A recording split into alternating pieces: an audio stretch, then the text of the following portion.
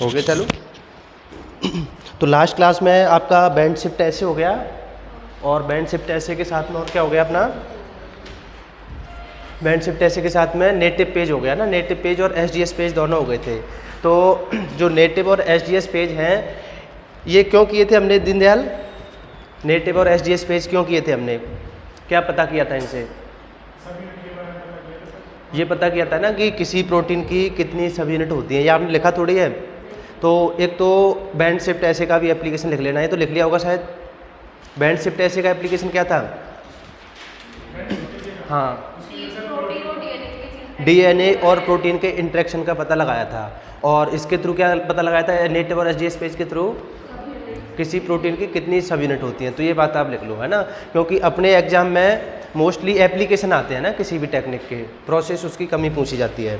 तो लिखो आप जो बैंड शिफ्ट ऐसे जहाँ पे आपने टेक्निक डाली थी उसके नीचे लिख लेना application of BSA as DNA protein interaction, लिखा हुआ है। तो फिर आगे इसमें लिख लो, है ना, नेटिव और एसडीएस पेज का application.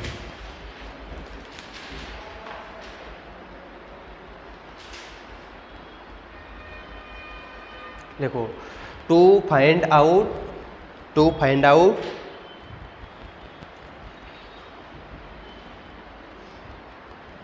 Number of sub unit of a protein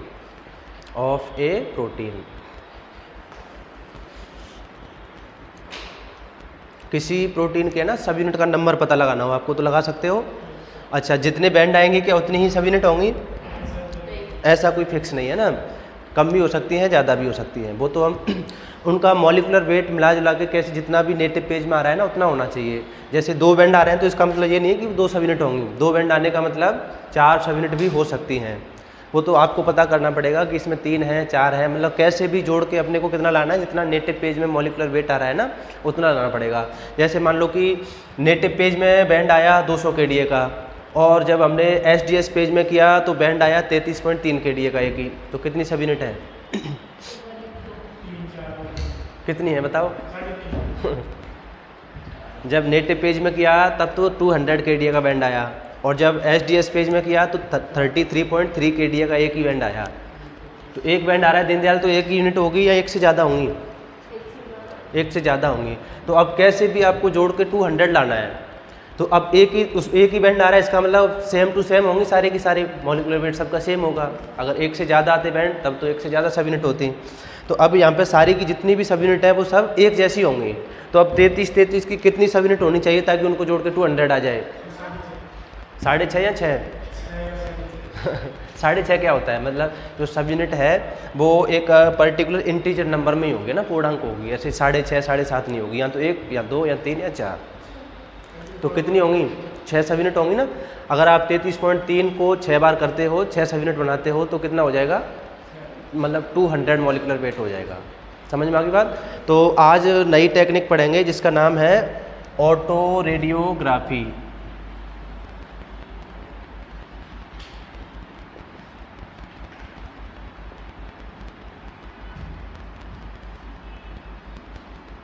इसको हम हिंदी में बोलते हैं स्वविकरणी विधि।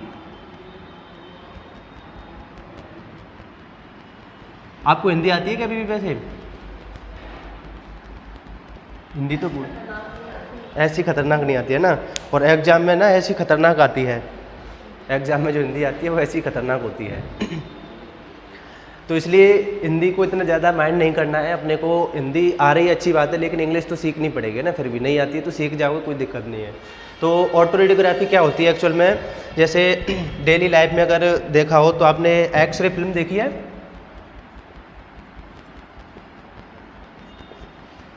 एक्सरे फिल्म देखी सबने? या तो हुआ होगा आप में से किसी का, या आपके अड़ोसी पड़ोसी का एक्सरे हुआ होगा ना, देखा होगा। तो एक्सरे फिल्म में क्या होता है, उसमें एक ऐसे ब्लैक कलर की फिल्म होती है, और जब एक्सरे कराते हैं तो उसमें किसी जगह पर वाइट और ब्लैक स्पॉट बन जाते हैं। तो एक्चुअल में एक्सरे काम कैसे करता है? जैसे एक मशीन होती है, इसको हम ट्रांसड्यूसर बोलते हैं। उस मशीन से क्या होता है, आपके अंदर जैसे वेव्स डाली जाती हैं, उन वेव्स का नाम क्या है? एक्सरे वेव्स है। ये हाई एनर्जी की वेव्स हैं, और इनकी फ्रीक्वेंसी होती है कम, और फ्रीक्वेंसी कम नहीं, फ्रीक्वेंसी ज़्यादा होगी, वेवलेंथ कम होगी, है ना, और एनर्जी होगी हाई, ये बड़ा होगा। कभी आपने फॉर्मूला ऐसा फिजिक्स में E बराबर एच न्यू होता है एक तो, है ना, या E बराबर एच सी अपॉन लैम्बडा, ये पढ़ा है फॉर्मूला। तो ये न्यू तो मतलब होती है फ्रीक्वेंसी या आवृत्ति, और लैम्बडा होती है वेवलेंथ। तो किसी भी वेव की जो एनर्जी और फ्रीक्वेंसी है वो डायरेक्टली प्रोपोर्शनल होती है, मतलब उसकी फ्रीक्वेंसी ज़्यादा होगी तो उसकी एनर्जी ज़्यादा होगी, या वेवलेंथ ज़्यादा होगी तो उसकी एनर्जी कम हो जाएगी। समझ में आ गई बात। तो ये अभी अपने काम की चीज़ नहीं है। कुल मिला के बात यह है कि जो एक्स रेज होती हैं, ये कभी पढ़ी थी आपने, R M I V U X और जी, फिजिक्स में पढ़ा था ऐसा। ये तो है radio rays, microwave, infrared, visual, ultraviolet, x ray और गामा। तो ऐसे ऊपर से नीचे आते हैं तो इनकी एनर्जी बढ़ती है और वेवलेंथ घटती है। तो ये जो नीचे है गामा रेज, इसकी एनर्जी सबसे ज़्यादा है इनमें, और एक्स रे की इससे थोड़ी सी कम। तो कुल मिला के एक्स रे भी जो है वो हाई एनर्जी वाली वेव्स हैं। तो ये हाई एनर्जी वाली वेव्स क्या होती हैं, अपनी जैसी बॉडी से ट्रांसड्यूसर से डाली जाती हैं अपनी बॉडी के अंदर। तो अपनी बॉडी में दो तरह के पार्ट है ना, एक तो होता है डेंस पार्ट जिसको सघन पार्ट बोलते हैं, एक होता है विरल पार्ट। तो सघन पार्ट कौन सा है, बोन्स वाला या मसल्स वाला? बोन्स वाला सघन पार्ट है डेंस, और जो मसल्स वाला है वो रेयर विरल पार्ट बोलते हैं उसको। तो जब ट्रांसड्यूसर से वेव डाली जाती हैं तो ये बोन्स से तो टकरा के वापस आ जाती हैं रिफ्लेक्ट होके, और जो मसल्स होती हैं उनसे निकल के क्रॉस करके दूसरी साइड में चली जाती हैं। फिर हम एक लगाते हैं फिल्म आगे उसके एक्सरे वाली। तो एक्सरे जो फिल्म है वो अपनी बॉडी से रिफ्लेक्ट होके आने वाली वेव्स को क्या करता है, डिटेक्ट करता है। समझ में आ रही बात। अपनी बॉडी से निकल के आएंगी वापस से, कौन सी वेव्स आएंगी, जो बोन से टकरा के आएंगी ना वो वाली आएंगी, बाकी मसल से निकल के वापस चली जाएंगी तो वो वापस से लौट के नहीं आएंगी। तो आगे ऐसे एक्सरे फिल्म रख दी जाएगी, जैसे अपने इतने से चेस्ट वाले पोर्शन का करना है। तो चेस्ट वाले पोर्शन में ट्रांसड्यूसर से वेव डाली और जो निकल के आ रही है वापस से, उनको डिटेक्ट करके वापस से एक्सरे पर रिफ्लेक्ट करा लेंगे। अब एक्सरे जो होता है, एक्सरे में कुछ भी नहीं होता है ना ऐसा स्पेशल। ये नॉर्मली क्या होता है, एक वाइट कलर की फिल्म होती है, जैसे आप ये फाइल वाइल पर ऊपर लगाने के लिए आती है ना, कागज़ रखने के लिए आप फाइल वगैरह लाते हैं ना 10 रुपये की जो आती है, तो नॉर्मल ऐसे ट्रांसपेरेंट फिल्म होती है, वो प्लास्टिक की भी हो सकती है या किसी और मैटर की बना लो। तो कैसी होगी, वाइट और ट्रांसपेरेंट होती है ना शुरू में। फिर हम क्या करते हैं, इस फिल्म के ऊपर AGI या AGBR इसकी क्या करते हैं, स्प्रे कर देते हैं। जैसे इसके ऊपर हमने क्या किया, AGI या AGBR से कलर कर दिया पूरे पे, तो इसकी वजह से इसका कलर कैसा हो जाता है, अब ब्लैक। तो कलर ब्लैक मतलब शुरू में फिल्म ब्लैक नहीं थी, फिल्म तो कैसी थी शुरू में, वाइट और ट्रांसपेरेंट थी, लेकिन इसके ऊपर हमने किसकी स्प्रे कर दी, AGI या AGBR के पार्टिकल की स्प्रे कर दी। इसकी वजह से इसका कलर कैसा हो गया, ब्लैक हो गया। तो अब ये पूरी फिल्म का कलर कैसा हो गया, ब्लैक हो गया। एक्सरे फिल्म तो सबने देखी होगी, मतलब ब्लैक कलर ही होता है उसका। अब क्या होता है, अब जब इससे एक्स रेज टकराती हैं, अगर मैं इसमें से एक्स रेज को गुजारूँ इस फिल्म में से, तो एक्स रेज इन AGI और AGBR के पार्टिकल से टकराती हैं, जिसकी वजह से AGI और AGBR के पार्टिकल यहाँ से हट जाते हैं। मतलब जिस जगह से एक्स रे क्रॉस करके जाएगी उस जगह से AGI और AGBR के पार्टिकल को हटा देगी। तो उस जगह से वापस से फिल्म का कलर कैसा निकल के आ जाएगा, वाइट, क्योंकि कलर कैसा था फिल्म का, वाइट ही तो था शुरू में। तो जहाँ पे AGI और AGBR कलर लगा हुआ रहेगा वहाँ तो फिल्म कैसी रहेगी, ब्लैक, और जहाँ से हट जाएगा वहाँ पे कैसा हो जाएगा कलर, वाइट। तो बस कुछ नहीं होता, ये नॉर्मल एक फिल्म थी, उसको हमने ब्लैक में कन्वर्ट कर दिया। अब ट्रांसड्यूसर से रेज डाली, अब वो टकरा के वापस से आएंगी, कौन से पार्ट से टकरा के आएंगी, बोन्स वाले पार्ट से। तो बोन्स से टकरा के आएंगी और जैसे ही एक्सरे फिल्म पे टकराएंगी तो बोन्स वाले रीजन में से AGI और AGBR हट जाएगा, तो वहाँ पे फिल्म का कलर कैसा हो जाएगा, वाइट हो जाएगा। और बाकी जगह पे कैसा रहेगा, मसल्स वाले पार्ट में, क्योंकि वहाँ से टकरा के वो क्रॉस करके दूसरी साइड में चली जाएंगी। तो उससे पता कैसे लगता है, जैसे मान लो कि आपकी कोई सॉलिड बोन्स है ना, ये यहाँ पे है जॉइंट है मान लो ये, है ना। अब जब इससे टकरा के रेज वापस आएंगी तो एक्सरे में इस पूरे की जगह पे कैसा कलर हो जाएगा, ब्लैक या वाइट, वाइट हो जाएगा, क्योंकि इससे टकरा के लौट के आएंगी बोन से, और एक्सरे पे गिरेंगी तो AGI और AGBR वहाँ से हट जाएगा। तो एक्सरे में उतना रीजन कैसा हो जाएगा, वाइट हो जाएगा। अगर एक्सरे में इतना पूरा रीजन वाइट है तो अपने को पता लग जाएगा कि ये बोन्स वाला पार्ट है। लेकिन मान लो आपका एक्सीडेंट हो गया या लड़ाई झगड़ा हो गया और आपकी ये बोन टूट गई ऐसे, तो अब क्या होगा इस केस में, इतनी ये बोन अलग होगी टूट के, बीच में गैप आएगा या नहीं आएगा बोन के बीच में टूटने के बाद में। तो अब जो आपका एक्सरे फिल्म में जब इसको आप लोगे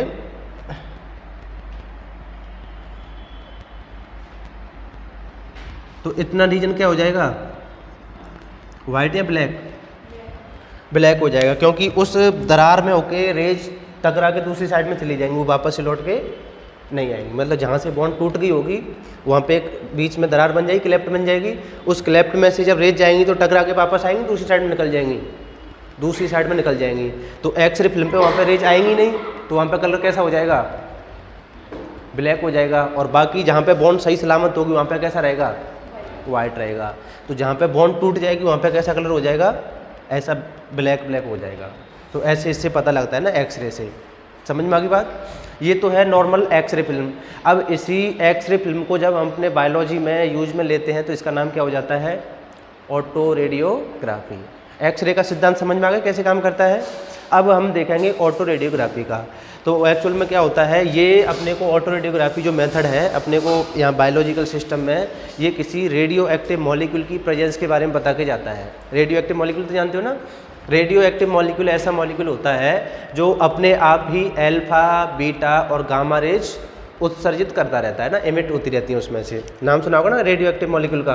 तो ऐसा मॉलिक्यूल जो अपने आप ही अल्फा बीटा और गामा रेज को इमिट करता रहता है, ऐसे मॉलिक्यूल को बोलते हैं हम क्या, रेडियो एक्टिव मॉलिक्यूल। ऐसे बहुत सारे मॉलिक्यूल हैं, जैसे कि हाइड्रोजन के 3 समस्थानिक होते हैं ना, 1H1 1H1 1H2 और 1H3, प्रोटियस ड्यूटेरियम और ट्राइटियम। तो ये रेडियो एक्टिव है या नहीं है, ये रेडियो एक्टिव है। तो इसमें से अपने आप ही रेज निकलेंगे या नहीं निकलेंगे, अल्फा बीटा गामा निकलेंगे।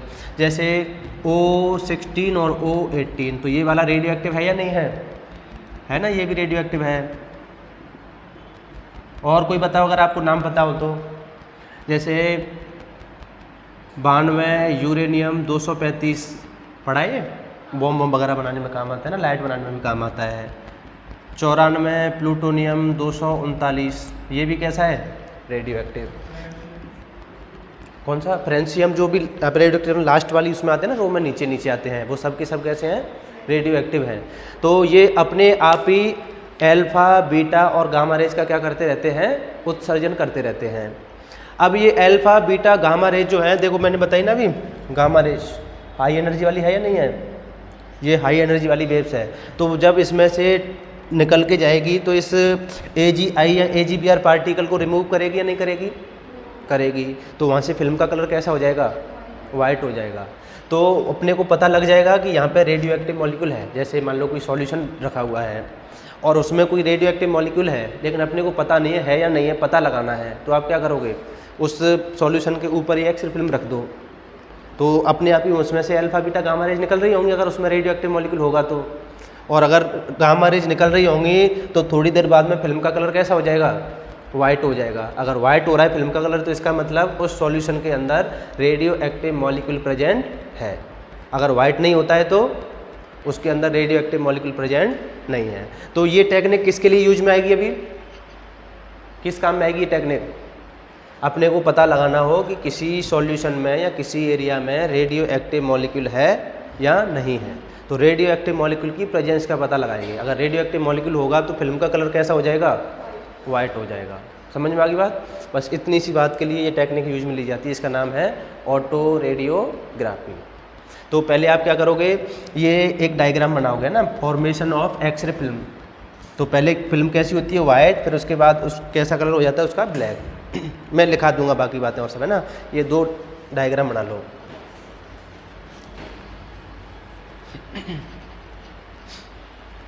पहले ऑटो रेडियोग्राफी डालो, फिर चाहो तो इसका एप्लीकेशन लिख लेना ना पहले।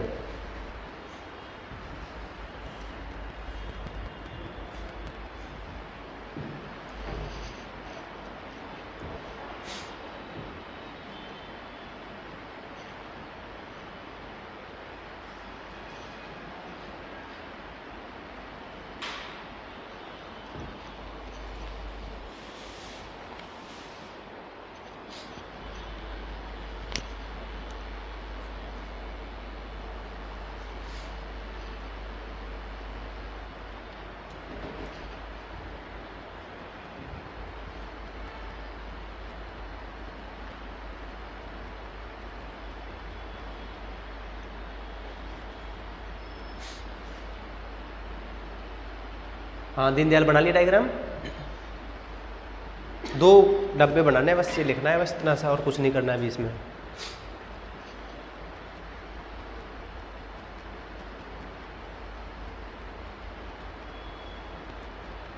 लिखो अब, a white transparent film, a white transparent film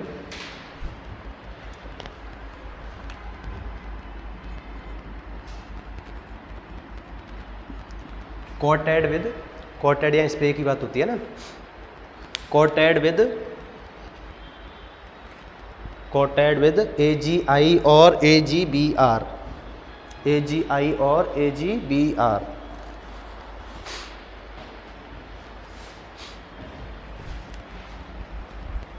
and appear black color and appear black color ना। ये तो इसका फॉर्मेशन हो गया। अब इससे नीचे वाली लाइन में लिखो, एक लाइन छोड़ के, radio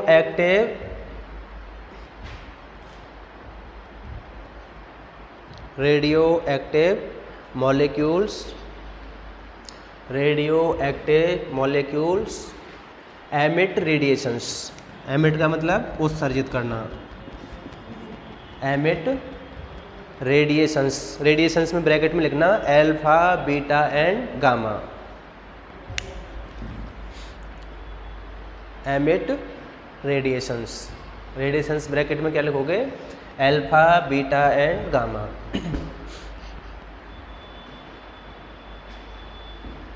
when these radiations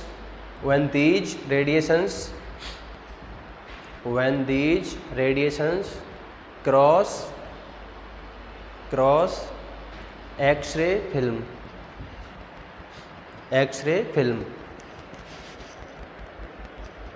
AGI और AGBR particles are removed, AGI और AGBR particles are removed,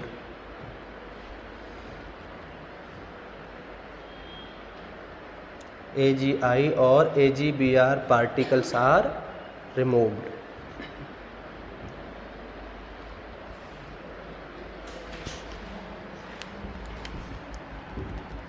A white smear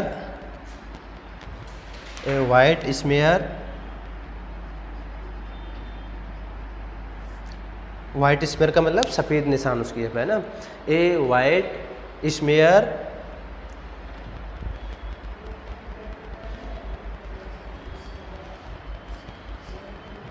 appears on X-ray film, a white smear appears on X-ray film।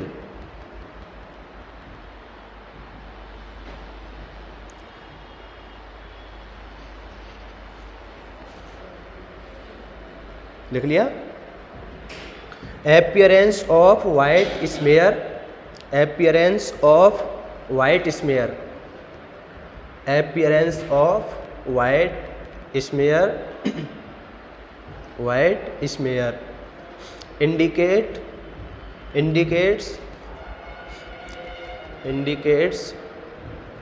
presence of radioactive molecule, indicate presence of radioactive molecule।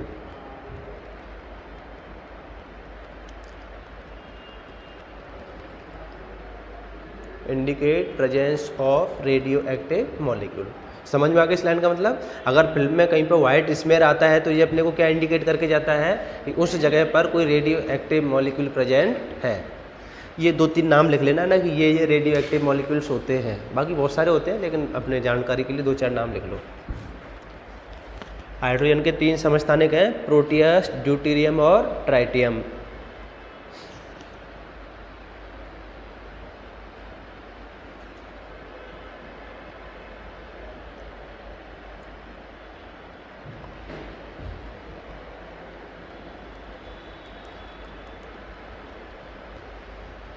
Deendayal देखा है क्या x ray?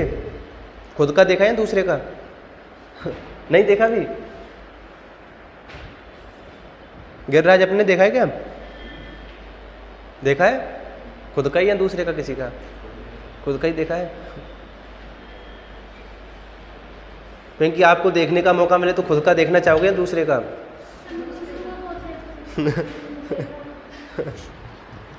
चलो इसको मिटाया जाए। अब ये समझ में आ गया कैसे काम करता है?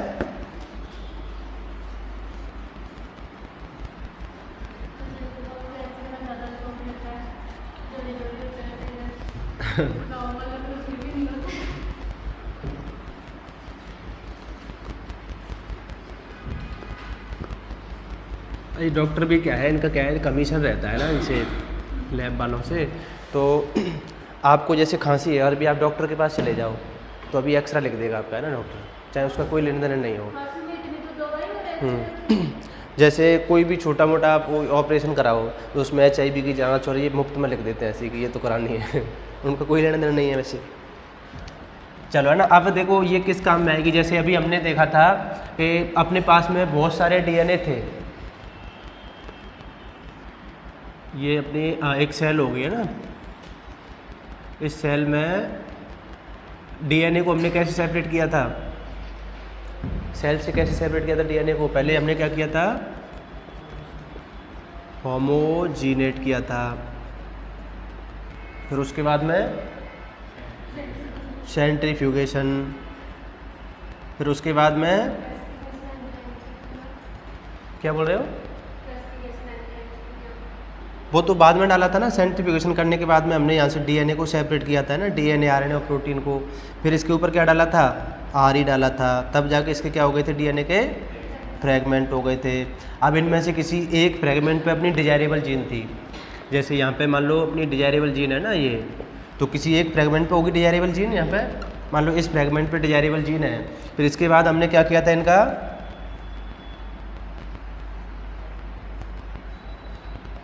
इनको जेल में रन कराया था। फिर इनके ऐसे बैंड आ गए थे। फिर क्या किया था हमने, बताओ? पहले मेम्ब्रेन पे ट्रांसफ़र किया था। क्या नाम दिया था उस प्रोसेस को? ब्लॉटिंग। तो ये हो गई ब्लॉटिंग।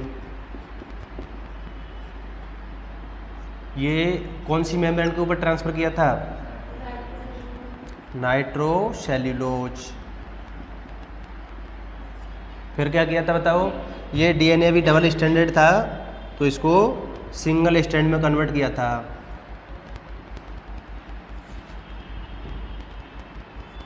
क्या दिया था इसके लिए? हीट। तो ये सिंगल स्टैंड में कन्वर्ट हो गया। फिर इसके बाद में क्या किया था हमने, अब सपोज करो इस DNA पर अपनी डिजायरेबल जीन प्रेजेंट है इस फ्रैगमेंट पर, तो हमने क्या दिया था इसके लिए? प्रोब दिया था। ये प्रोब दे दिया।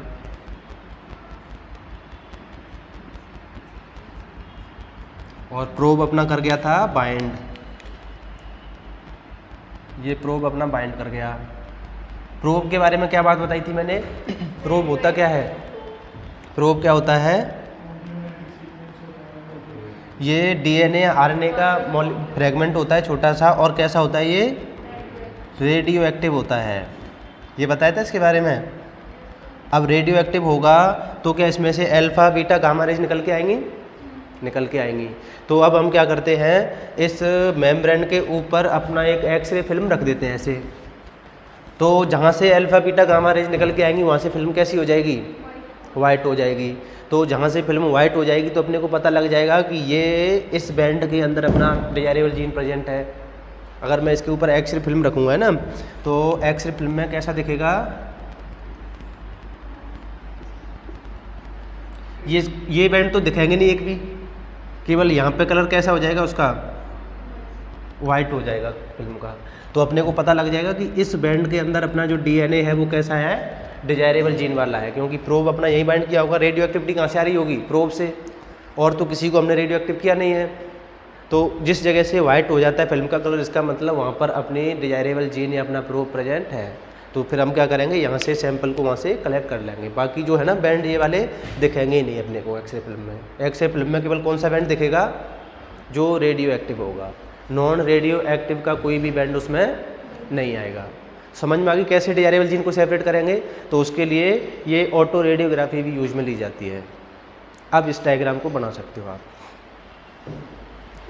सुहास कोई दिक्कत इसमें? अब देख लो कैसे काम करती है, क्योंकि अब तक तो आपने नाम सुना होगा खूब ऑटो रेडियोग्राफी का।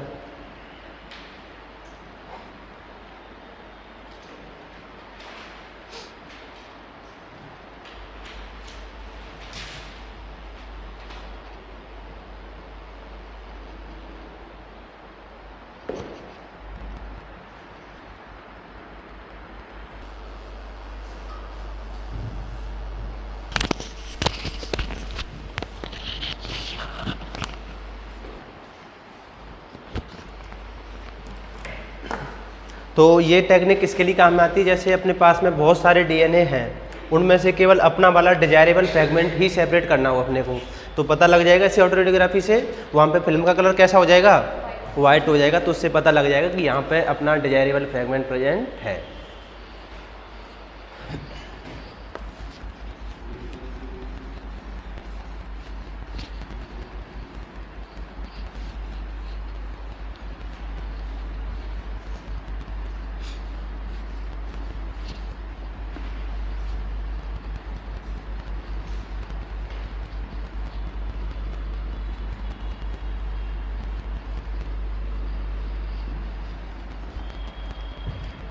बैंड शिफ्ट ऐसे किस किस ने पढ़ा हुआ है?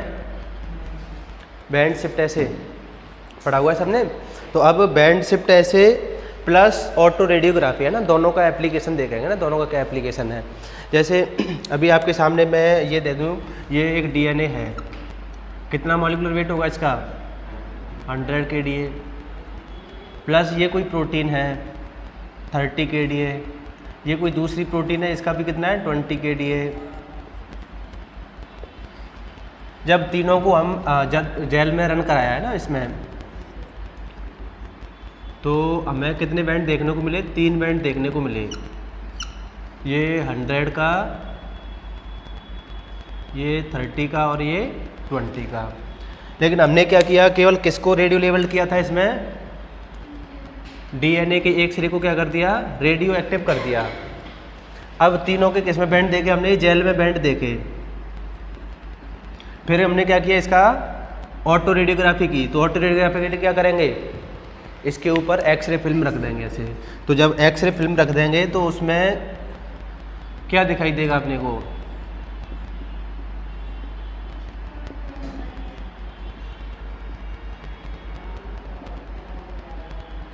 तो रेडियो लेवल हमने केवल किसको किया है? डीएनए को। तो इससे तो अल्फा बीटा गामा रेज निकल रही होंगी, तो वहाँ से फिल्म का कलर कैसा हो जाएगा? वाइट। तो इस रीजन में तो फिल्म हो जाएगी वाइट, और बाकी ये दोनों दिखाई देंगे, ये वाले दोनों दिखाई नहीं देंगे। तो अपने को पता लग जाएगा कि केवल ये डीएनए है वो ही रेडियो एक्टिव है, बाकी जो प्रोटीन है वो रेडियो एक्टिव नहीं है। और इसका एप्लीकेशन, ये डायग्राम बना लो पहले ना, ऐसे बाकी के बैंड तो क्या हो जाएंगे? डिसअपियर हो जाएंगे, केवल डीएनए का ही अपीयर रहेगा।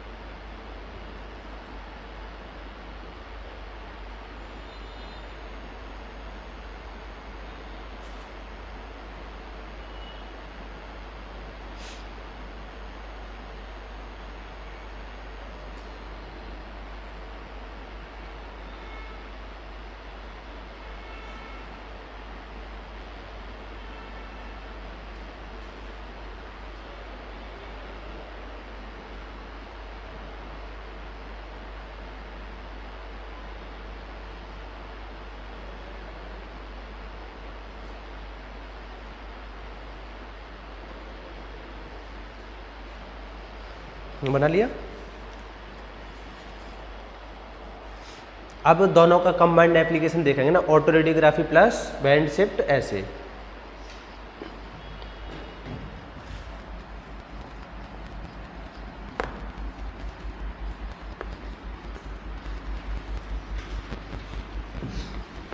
अब कई बार क्या होता है, जैसे आपको ऐसे कॉम्प्लेक्स दे दिया जाता है। जैसे एक डीएनए है तो मान लो इस डीएनए के ऊपर ये ए प्रोटीन बाइंड है, यहाँ पे इसके ऊपर बी प्रोटीन बाइंड है और बी के ऊपर सी प्रोटीन बाइंड है। ये कॉम्प्लेक्स ऐसे भी हो सकता है ना, या ये कॉम्प्लेक्स ऐसे भी हो सकता है, ये ए प्रोटीन के ऊपर बी प्रोटीन और ए प्रोटीन के ऊपर ही सी प्रोटीन। मतलब आपको ये तो पता है कि ए बी सी 3 प्रोटीन और एक डीएनए है, ये आपस में जुड़े हुए हैं, लेकिन आपको ये नहीं पता है कि कौन किसके साथ में जुड़ा हुआ है। देखो इसमें भी वही ए बी सी है, इसमें भी ए बी सी है, लेकिन यहाँ पे बाइंडिंग सेम है या डिफरेंट है?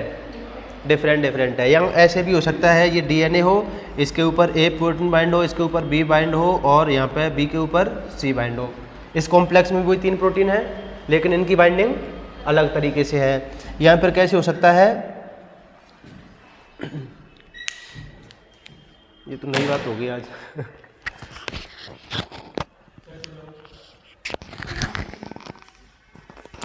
सही नहीं आएगा उसमें।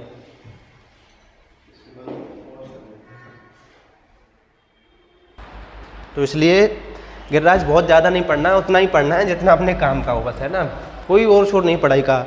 अगर आप केवल एक सेल बायोलॉजी की बात करो ना, तो जैसे आप किसी अच्छी यूनिवर्सिटी की लाइब्रेरी में जाओगे तो सेल के ऊपर ही आपको 150 बुक मिल जाएंगी अकेली सेल बायोलॉजी के ऊपर। हाँ, कानोडिया में या आरयू में डिपार्टमेंट में BHU JNM में जाओ, एक सेल बायोलॉजी के ऊपर ही 150 बुक रखी हुई है लाइब्रेरी में, अलग अलग टाइप की। तो कोई और छोर है पढ़ाई का? कोई और छोर नहीं है। एक बैक्टीरिया के ऊपर ही 150-200 बुक मिल जाएंगी। तो इसलिए ये है कि इस कॉम्पिटिटिव माहौल में अपना काम निकाल लो, बस वही सर्वोपरि है ना, कोई और छोर नहीं है। जितना अपने काम आना है बस उतना पढ़ लो, बाकी तो आप पढ़ के पागल हो जाओगे, कुछ हासिल होने वाला नहीं है।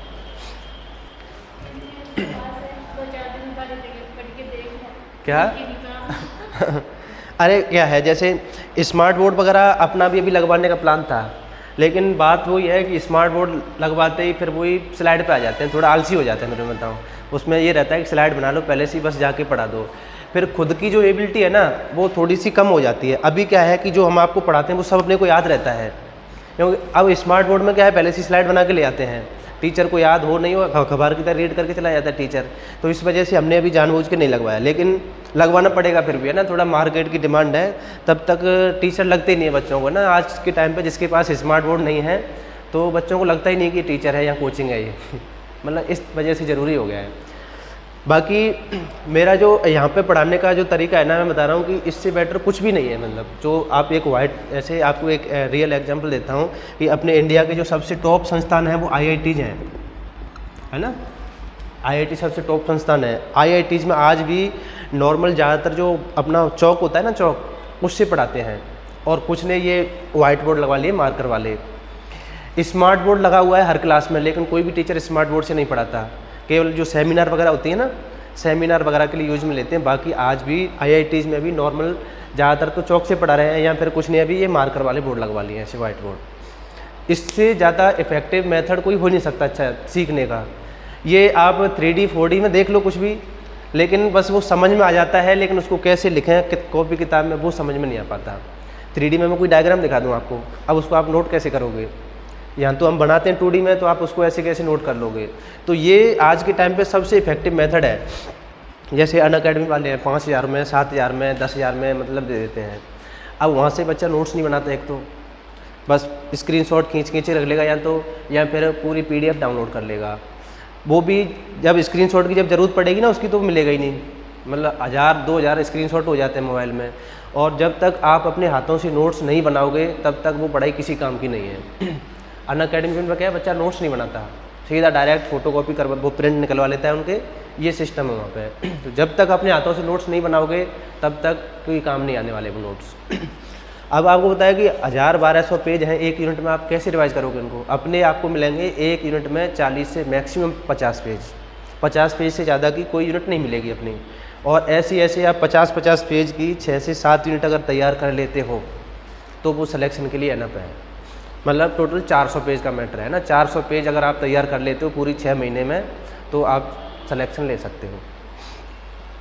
अब देखो सुभाष, यहाँ पे क्या है, ये कोई कॉम्प्लेक्स है, इसमें भी ABC प्रोटीन और DNA है, इसमें भी ABC प्रोटीन और DNA है, इसमें भी ABC प्रोटीन और DNA है। ये कॉम्प्लेक्स है, इसमें A प्रोटीन, इसके ऊपर B प्रोटीन और इसके यहाँ पे C प्रोटीन, इसमें भी वही तीनों प्रोटीन है। कॉम्प्लेक्स, अब इसमें ये नहीं पता अपने को कि ए प्रोटीन बी के साथ बाइंड है या सी के साथ बाइंड है या डीएनए के साथ बाइंड है, ये हमको पता करना हो तो कैसे पता करेंगे? देखो उसके लिए तरीका है अपने पास, बैंड शिफ्ट एसे प्लस ऑटो रेडियोग्राफी। तो हम क्या करते हैं, जो भी अपने को प्रोटीन दी गई है, कौन कौन सी प्रोटीन दी गई है? ए प्रोटीन, बी प्रोटीन और सी प्रोटीन, और कौन दिया गया है? डीएनए। तो हम क्या करेंगे, डीएनए को तो कर देंगे रेडियो लेबल्ड, और प्रोटीन जो है उनको रेडियो लेबल्ड नहीं किया है।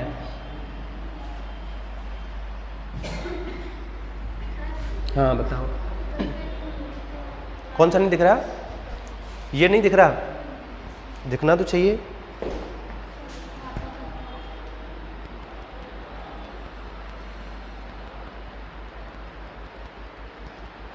अब दिख रहा है, और देखो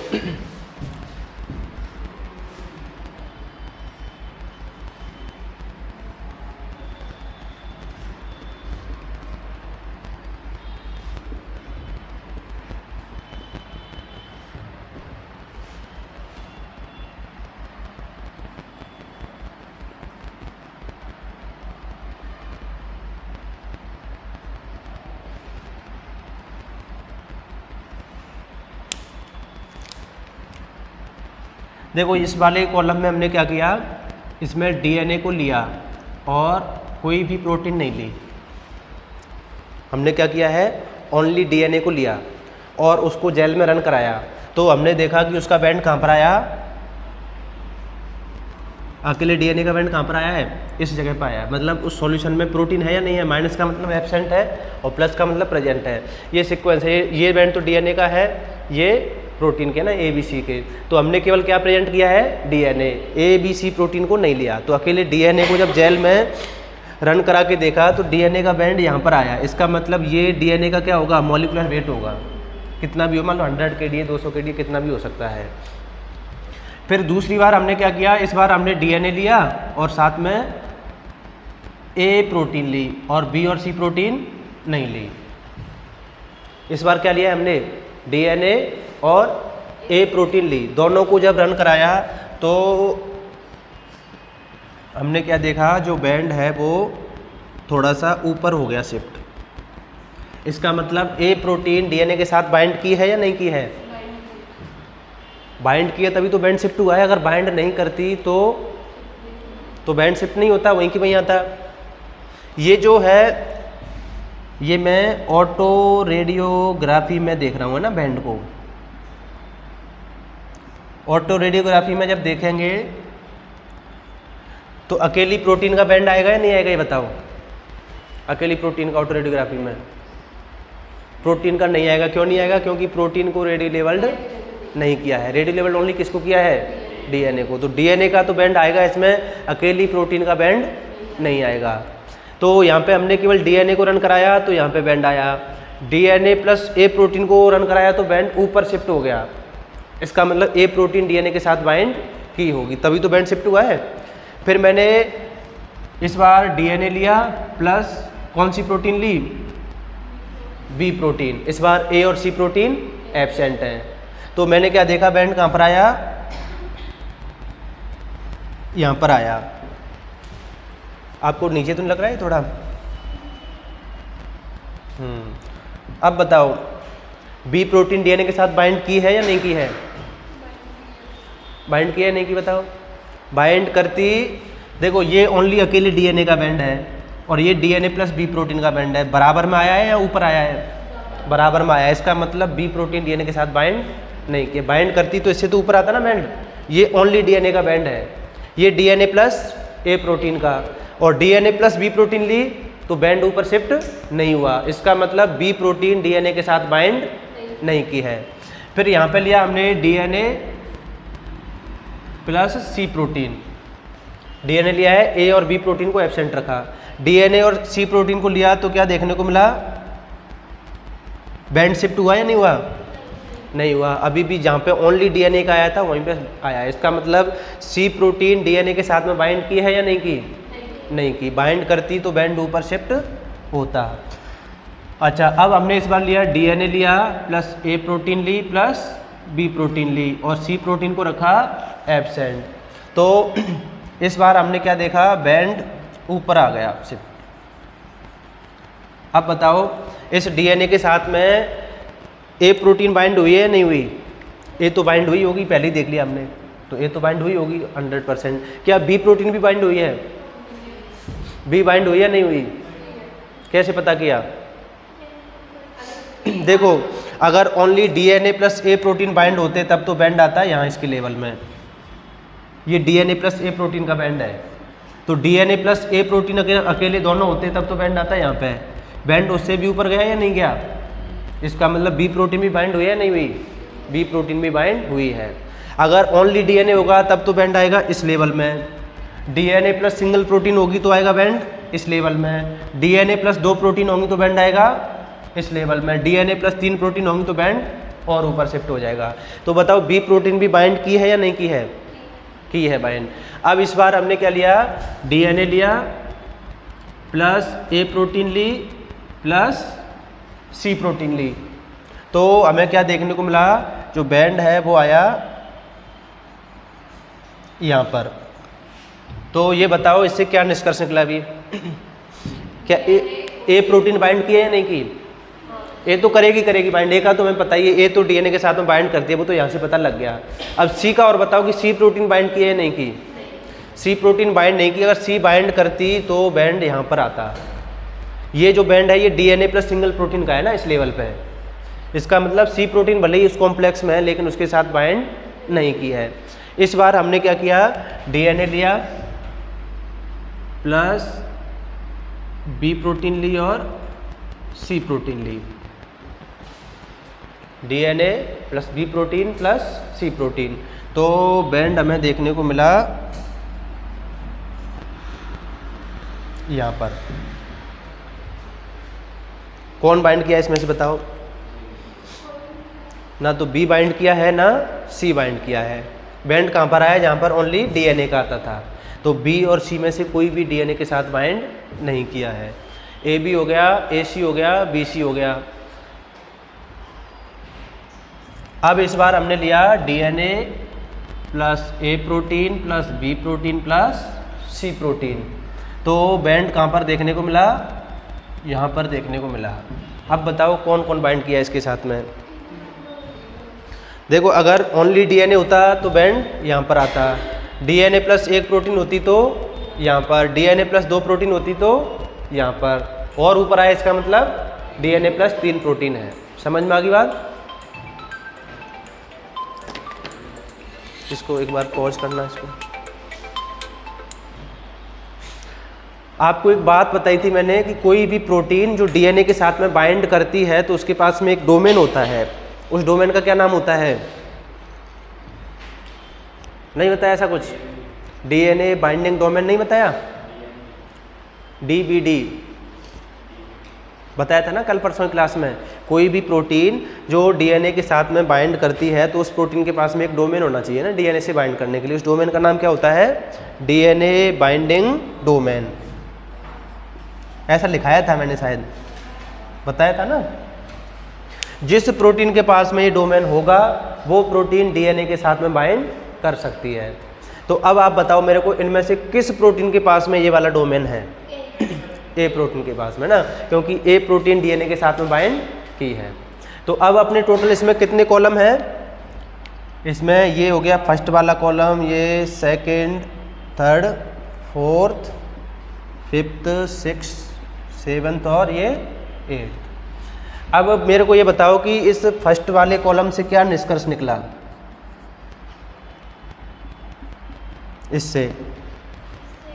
इससे अपने को ये पता लगा कि डीएनए का मॉलिक्यूलर वेट क्या है। ये जो आया है बैंड ये डीएनए का मॉलिक्यूलर वेट होगा, तो इससे अपने को क्या पता लगा? Molecular weight of DNA. अब सेकंड वाले कॉलम से बताओ क्या पता लगा? ए प्रोटीन डीएनए के साथ में बाइंड करती है, तो ये हम लिख लेंगे ना, ए प्रोटीन बाइंड्स ऑन डीएनए। इसका मतलब इसके पास में डीबीडी है या नहीं है? ए के पास में, तो A has DNA binding domain. Third वाला कॉलम, थर्ड वाले कॉलम से क्या निष्कर्ष निकला? बी प्रोटीन डीएनए के साथ में बाइंड नहीं होती, तो बी के पास में डीएनए बाइंडिंग डोमेन नहीं है। B protein not binds on DNA, इसका मतलब इसके पास में भी डीबीडी नहीं है।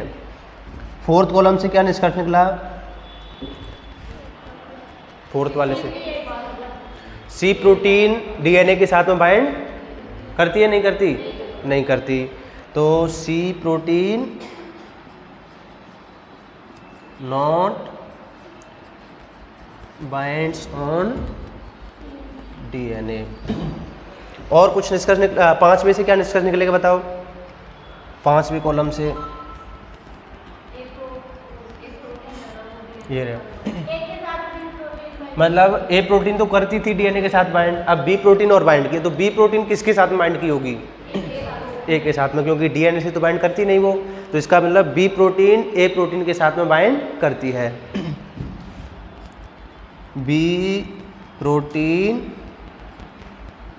Binds with A protein.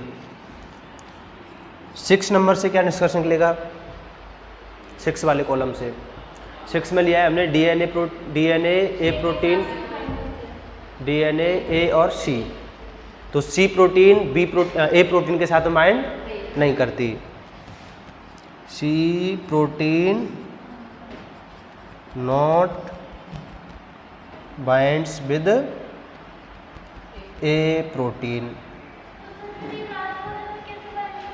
वो तो आपको पता करना है कैसे बाइंड की। 7वें वाले से बताओ, 7वें वाले से क्या निष्कर्ष निकलेगा? बी और सी प्रोटीन डीएनए से बाइंड नहीं करती।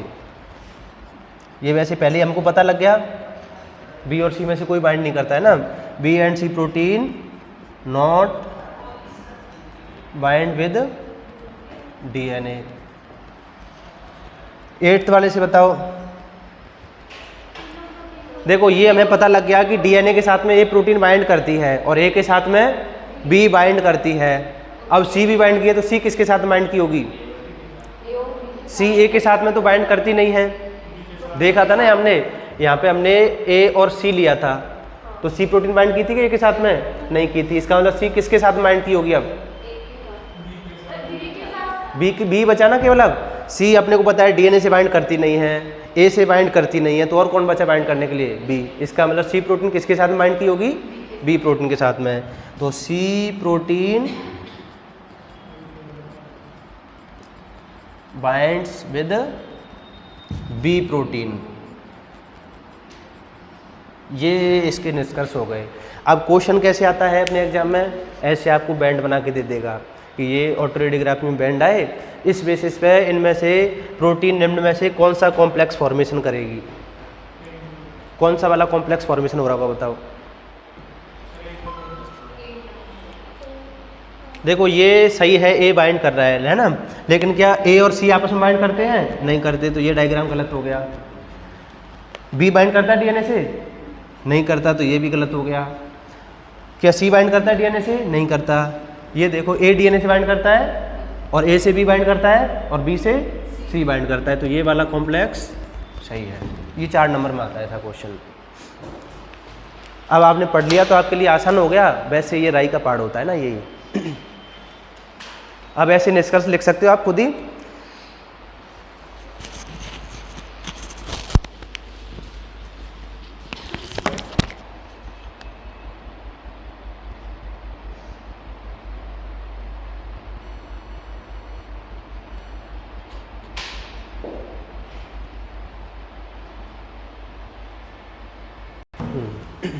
देखो ये है फर्स्ट कॉलम, सेकंड, थर्ड और ये फोर्थ हो गया आपका। इस बार हमने ओनली डीएनए को लिया तो बैंड कहाँ पर आया?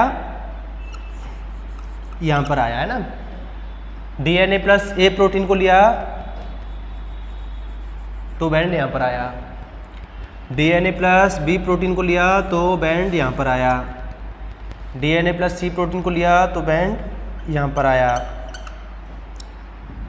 यहाँ पे लिया है DNA plus A protein plus B protein, तो बैंड आया यहाँ पर डीएनए प्लस ये आया यहाँ पर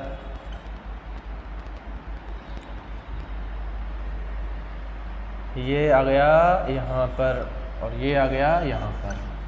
अब बताना है आपको, निष्कर्ष लिखना है और कैसा कॉम्प्लेक्स बनेगा।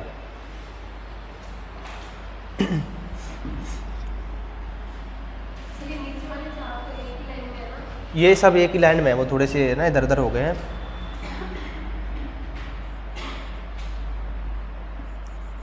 ये सब एक ही लाइन में है ना, और ये दोनों एक लाइन में है।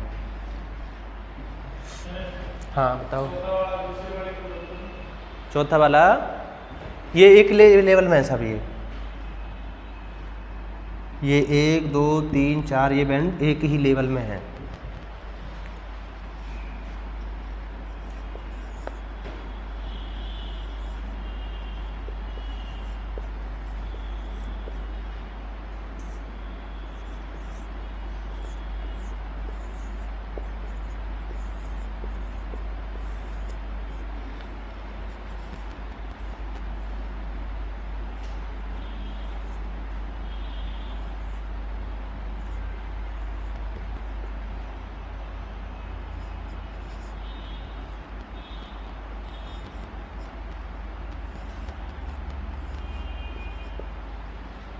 ऑनलाइन वालों को भी बताना है ना कमेंट में इसका आंसर क्या होगा, आपको भी बताना है अभी।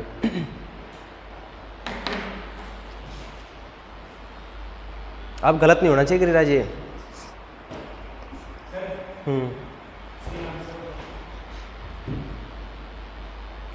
गिरिराज का क्या आ रहा है? दीनदयाल का तो ये आ रहा है, नहीं आया?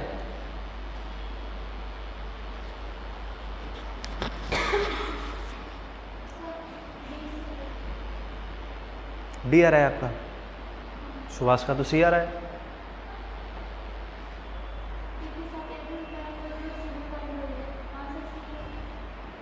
तो अभी डी कैसे आया था फिर?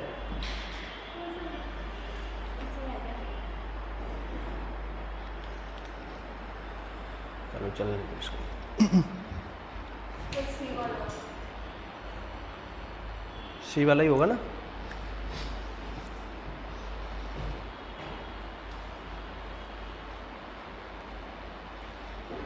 गिरिराज अपना क्या आ रहा है? दीनदयाल अपना समझ में नहीं आया क्या?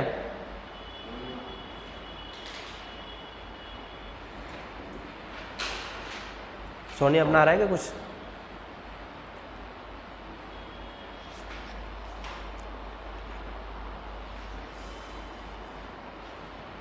नहीं आया? कौन सा? सी वाला।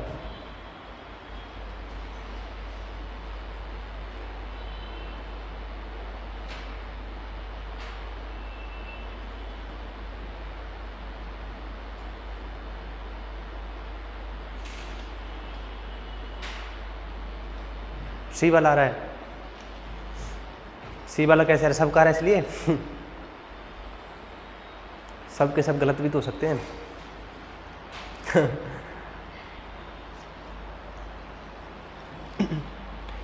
गिरिराज बताओ क्या आया? सी आया। दीनदयाल का तो डी आ रहा है। हाँ दीनदयाल डी आ रहा है। मनोज अपना भी आ गया सी। चलो अब आप ही बताओगे ना। इसमें हमने लिया है ओनली डीएनए, तो बैंड आया यहाँ पर। इसका मतलब ये ओनली डीएनए का बैंड हो गया ना। इसमें लिया है डीएनए प्लस ए, तो बैंड वहीं की वहीं आया। इसका मतलब ए प्रोटीन डीएनए के साथ में बाइंड नहीं करती, तो जहाँ भी ए बाइंड किया है उसको कट कर दो। ये तो नहीं हो सकता। इसमें ए प्रोटीन बाइंड कर रही है ना डीएनए के साथ में, तो ये कॉम्प्लेक्स तो नहीं हो सकता। फिर है आपका डीएनए प्लस बी प्रोटीन, तो बैंड वहीं की वहीं है, ऊपर शिफ्ट हुआ। इसका मतलब क्या बी प्रोटीन डीएनए से बाइंड की है? की है। तो बी प्रोटीन तो डीएनए से बाइंड की है। इन तीनों ही ऑप्शन में बी प्रोटीन डीएनए से बाइंड है, तो इन तीनों में से कोई भी हो सकता है अभी तो। यहाँ पर लिया है DNA plus C protein, bind की या नहीं की? बैंड ऊपर शिफ्ट नहीं हुआ है, जहाँ पे ओनली डीएनए का आया था वहीं पे आया। इसका मतलब सी प्रोटीन डीएनए से बाइंड नहीं करती। तो ऐसा तो कोई डायग्राम दिया भी नहीं गया ना इसमें सी बाइंड कर रही हो डीएनए से।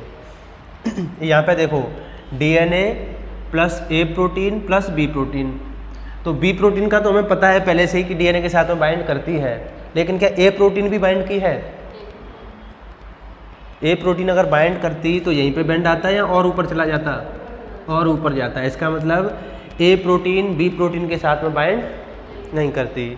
तो देखो इसमें ए प्रोटीन बी के साथ बाइंड कर रही है या नहीं कर रही? ये बाइंड नहीं दिख रहा? ये ए और बी जुड़ी हुई नहीं दिख रही है आपको? जबकि नहीं बाइंड कर सकती। इसमें तो क्या डिस्कस निकला? ए प्रोटीन बी प्रोटीन के साथ में बाइंड नहीं करती, बाइंड करती तो बैंड यहाँ पर जाता है। जबकि इसमें क्या दिख रहा है? ए प्रोटीन बाइंड की हुई है बी के साथ में, तो ये तो गलत हो गया ना।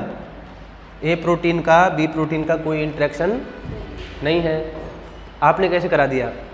इसका मतलब क्या समझते हो आप? भाई ए और बी जुड़ी हुई है ना दोनों, जबकि ए और बी बाइंड नहीं करती। और आगे चलो, डीएनए प्लस सी प्रोटीन और ए प्रोटीन दोनों में से कोई बाइंड किया डीएनए के साथ में? कोई भी नहीं किया ना, नहीं तो बैंड ऊपर शिफ्ट होता है ना, अकेले डीएनए के बराबर आया। इसमें देखो डीएनए प्लस बी प्लस सी, तो बी का तो हमें पता ही है बाइंड करती है। क्या सी प्रोटीन भी बाइंड किया है? सी बाइंड किया है। अगर अकेली एक प्रोटीन बाइंड करती तो यहाँ पर, दोनों बाइंड किए तो यहाँ पर। इसका मतलब बी प्रोटीन के साथ में सी प्रोटीन बाइंड करती है। तो बी के साथ में सी इसमें भी बाइंड कर रही है, इसमें भी बाइंड कर रही है, ये तो ठीक है। लेकिन यहाँ पर ये गलत हो गया ना, ए और बी का इंटरेक्शन है। अब तो डी बचेगा ना लास्ट में, तीनों तो बैंड और ऊपर शिफ्ट हो गया। इसका मतलब तीनों ही बाइंड किया है। मतलब बी सी और ए प्रोटीन किसके साथ बाइंड की होगी? ए प्रोटीन डीएनए से बाइंड करती नहीं है, बी से बाइंड करती नहीं है, तो किससे बाइंड की होगी? सी के साथ में। तो ये बनेगा आपका डायग्राम, डीएनए से बाइंड किया बी, बी से बाइंड किया सी और सी से बाइंड किया ए।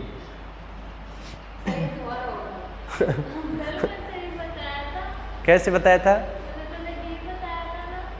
पहले डी बताया था, फिर आपने सी क्यों? तो मैं तो कुछ भी बोल सकता हूँ। क्या समझ में नहीं आया क्या बोल रहे हो? भेड़ चाल?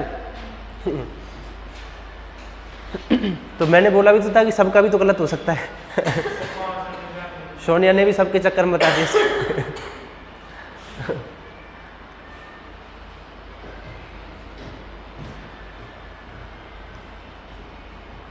देखो समझने के बाद में भी आप गलती कर रहे हो।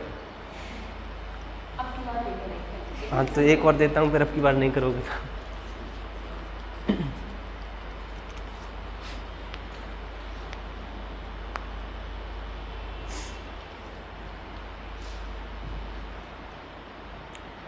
अब एक और देता हूँ, अब की बार है ना दीनदयाल गलत नहीं होना चाहिए।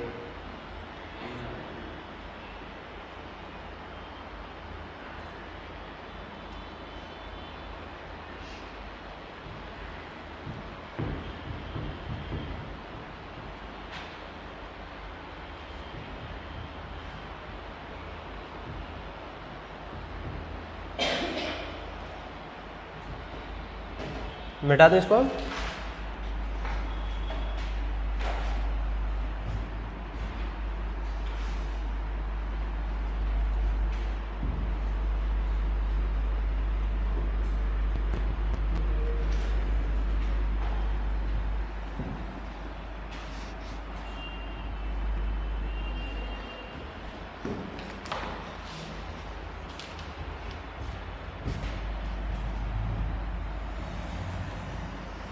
सीधी एक लाइन है। चलो है ना, डीएनए लिया, बैंड आया यहाँ पर, ए लिया,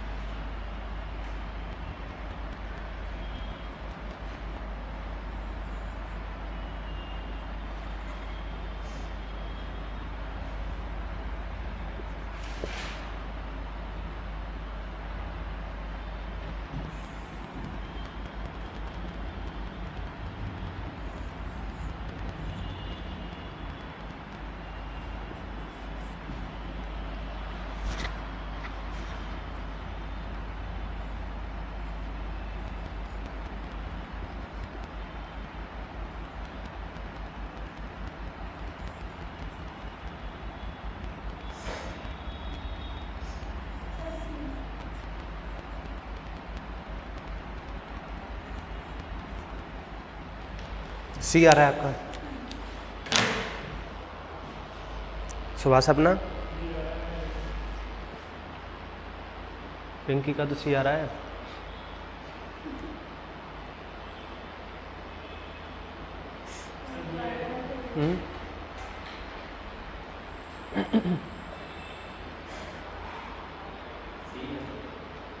सी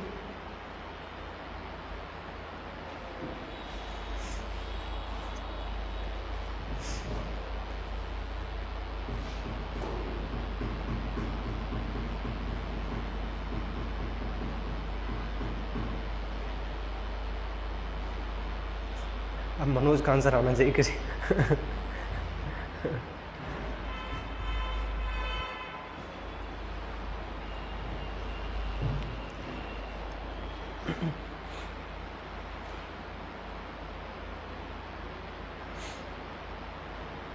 नहीं आ रहा, अलग अलग कैसे आ रहे, दोनों पास पास में बैठे फिर भी।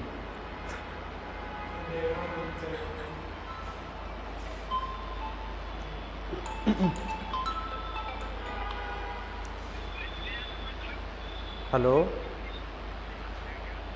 पढ़ा रहे हो?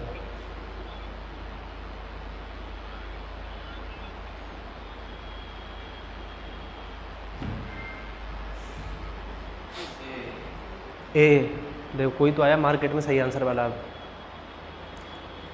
डी और बच रहा है अभी। ए बी सी 3 तो आ गए। डी सोनिया का रहा होगा फिर।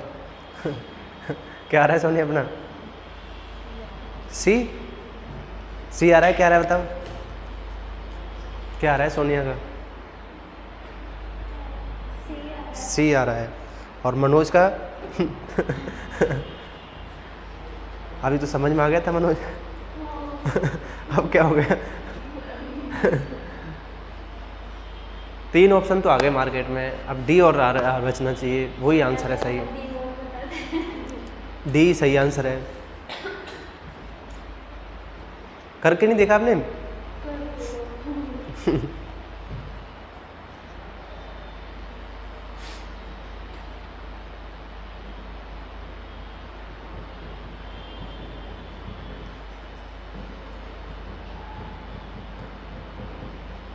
दीनदयाल, ये आ रहा है ना अपना आंसर, तो डी है सही पर इसका।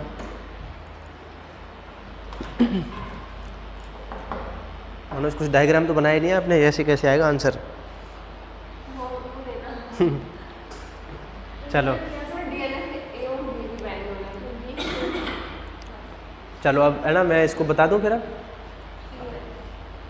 सी आ रहा है आपका। देखो चलो अब जो भी आए ठीक है, अभी आ जाएगा ना। देखो ये ओनली डीएनए का बैंड हो गया फर्स्ट वाले कॉलम में।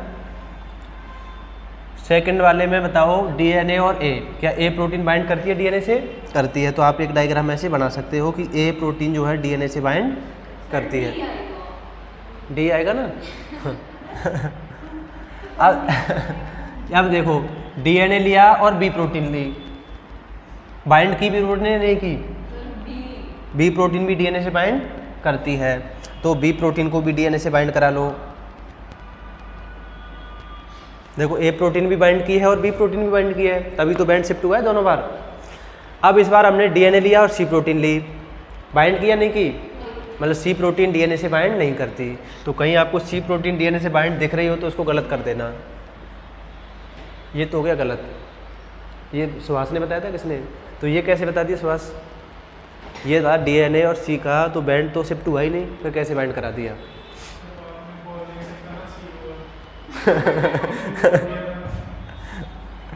3 4 5 6 7 और ये 8वां कॉलम। चलो अब ये वाला कॉलम समझ में आ गया। अब देखो डीएनए लिया, ए लिया और बी लिया, इसका मतलब दोनों प्रोटीन बाइंड किया नहीं की? ए भी बाइंड की है और बी प्रोटीन बाइंड की है। अकेली एक प्रोटीन बाइंड करती तो यहाँ पे बैंड आता। देखो ये तो ओनली डीएनए का, ये डीएनए प्लस सिंगल प्रोटीन, ये डीएनए प्लस डबल प्रोटीन और ये डीएनए प्लस ट्रिपल प्रोटीन। तो इसका मतलब यहाँ पे ए प्रोटीन भी बाइंड की है और बी प्रोटीन भी बाइंड की है, तो मतलब ऐसा कॉम्प्लेक्स बना होगा ना। और देखो आगे डीएनए लिया प्लस बी लिया प्लस सी लिया, तो बताओ बी प्रोटीन तो बाइंड करती है, क्या सी प्रोटीन बाइंड की है? नहीं कि ये ओनली सिंगल प्रोटीन का है ना यहाँ पे, तो सी प्रोटीन बी के साथ में बाइंड नहीं करती। और कहीं दिख रही है आपको सी प्रोटीन बी के साथ में बाइंड? ये दिख रही है ना, ये दिख रही है ना यहाँ पे, और यहाँ पे भी दिख रही है। यहाँ से क्या पता लगा? सी प्रोटीन बी के साथ में बाइंड नहीं करती। तो देखो यहाँ पे भी सी और बी बाइंड है, यहाँ पर भी बी और सी बाइंड है, तो ये दोनों हो गए गलत। अब बचा ही कौन सा? सी वाला, सी वाला ही बच गया ना, तो सी वाला होगा आंसर। दीनदयाल अपना ये कैसे आया? अब समझ में आया कि नहीं आया?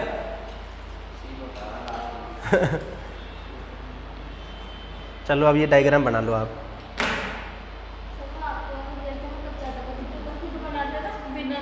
हाँ, तो एग्जाम में तो ऐसे बन के आएगा।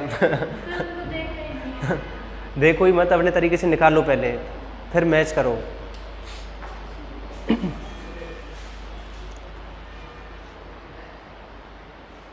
बना लिया मनोज? अब थोड़ी गलत होगा तो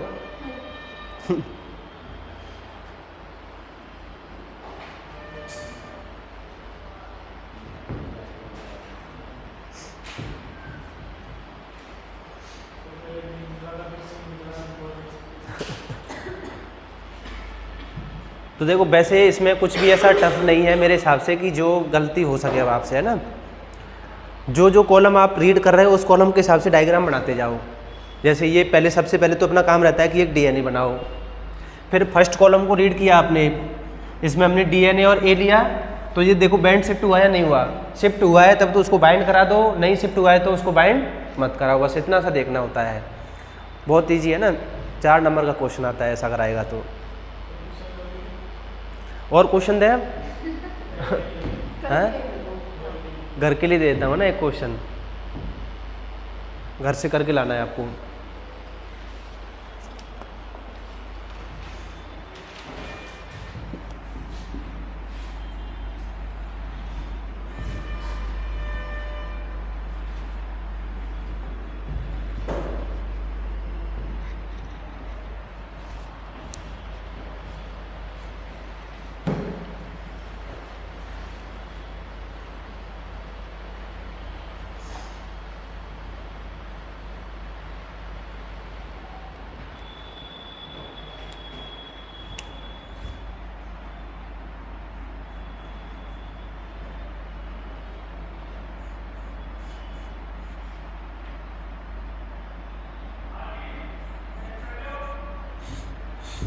डीएनए प्लस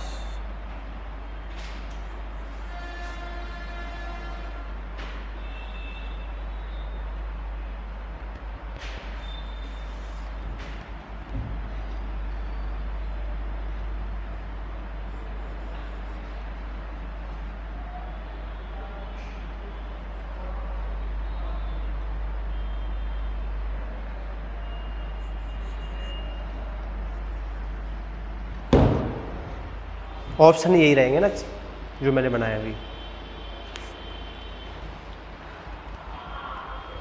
इसका आंसर आपको बताना है ना, घर से करके लाना है।